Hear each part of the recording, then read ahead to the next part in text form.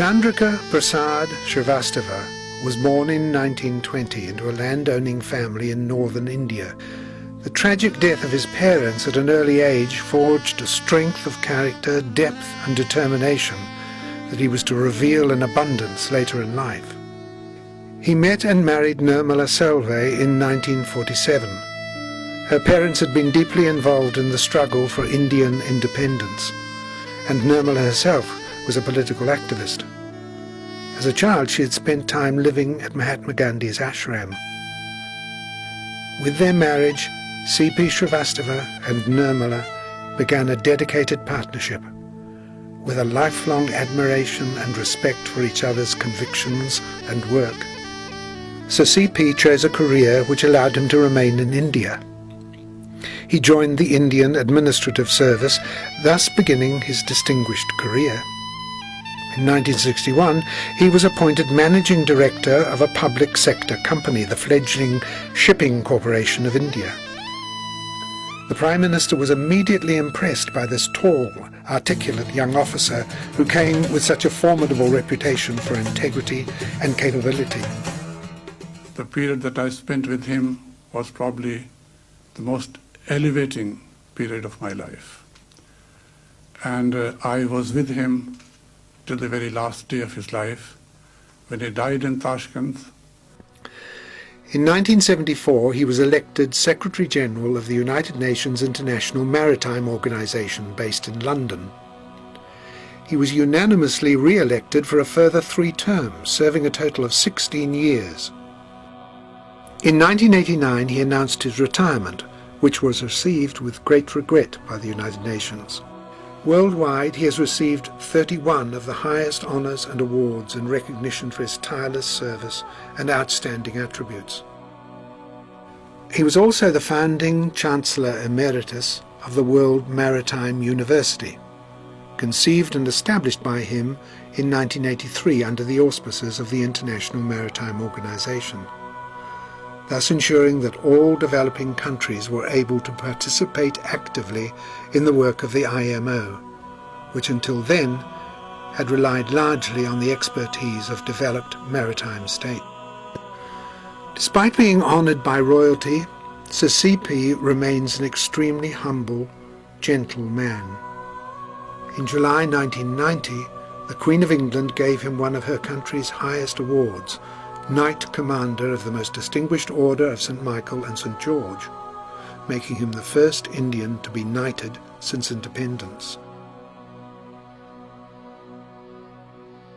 Sir C.P. Srivastava has published several books, including Lal Bahadur Shastri, A Life of Truth in Politics, and provides an inspirational model of an ideal politician. The book was launched in Sydney in 1995.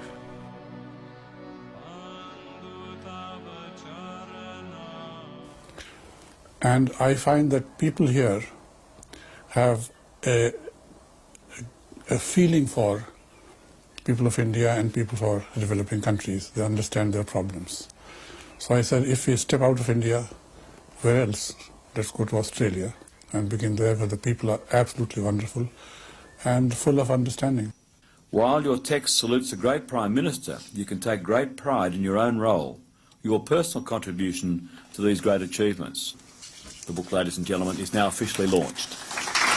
In November 2005, Sir C.P. was awarded the 6th Lal Bahadur Shastri National Award for Excellence in Public Administration, Academies and Management, which was presented to him by the President of India in a special ceremony.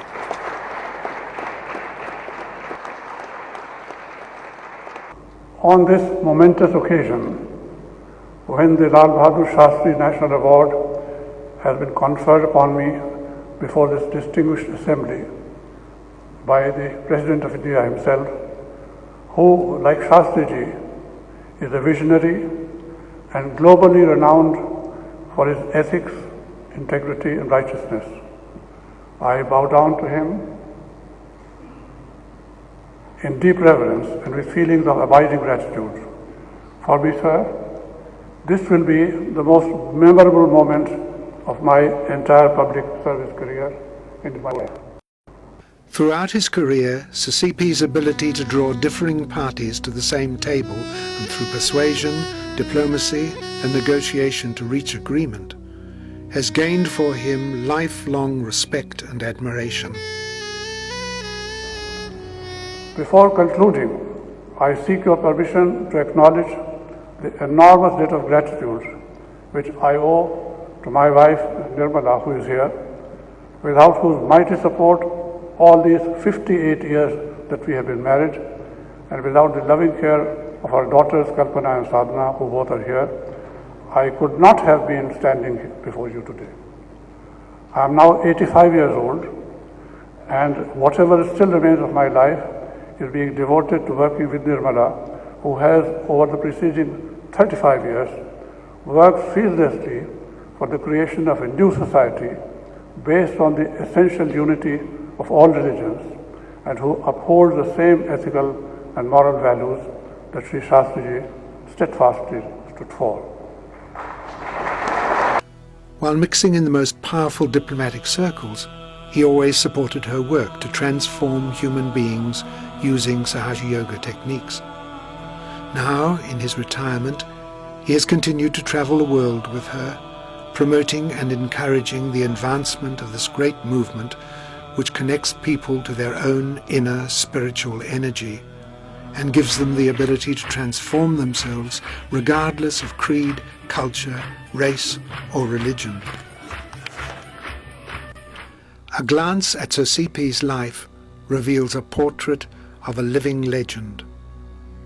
Over his many years he has worked tirelessly alongside Sri Mataji in his own area of diplomacy to transform humanity and bring freedom, hope and enlightenment to the world.